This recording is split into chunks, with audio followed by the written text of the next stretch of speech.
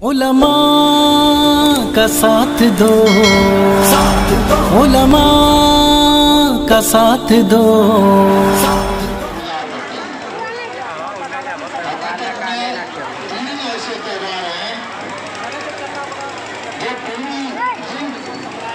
एक साथ मनाते हैं 15 अगस्त, 26 जनवरी और गांधी जयंती।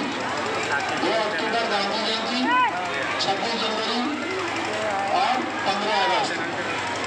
हमारे उलमाओं ने, बुजुर्गों ने, दानिशवरों ने, मुल्क के तमाम तबके के लोगों ने बड़ी मशक्कत के साथ लड़ाई लड़कर अपने मुल्क को 15 अगस्त 1947 में आजाद किया। आज आजादी के 75वां साल है। हुकूमत की तरफ से इस साल को अमृत महोत्सव कहा गया है।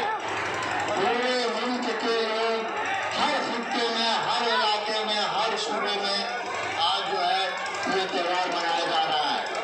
आप लोग भी मिलजुल कर यहाँ आए, बड़ी खुशी दी।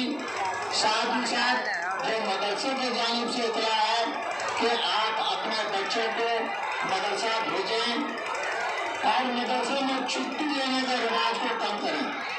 जब मदरसे में छुट्टी होती है उस समय भी छुट्टी होगा, बीच में गार्जियन आते हैं कि हमको छुट्टी चाहिए, शादी का, इसका उसका, उसमें कमी करने की कोशिश कीजिए और इसी के साथ हम अपनी तकलीफ को खत्म करते हैं।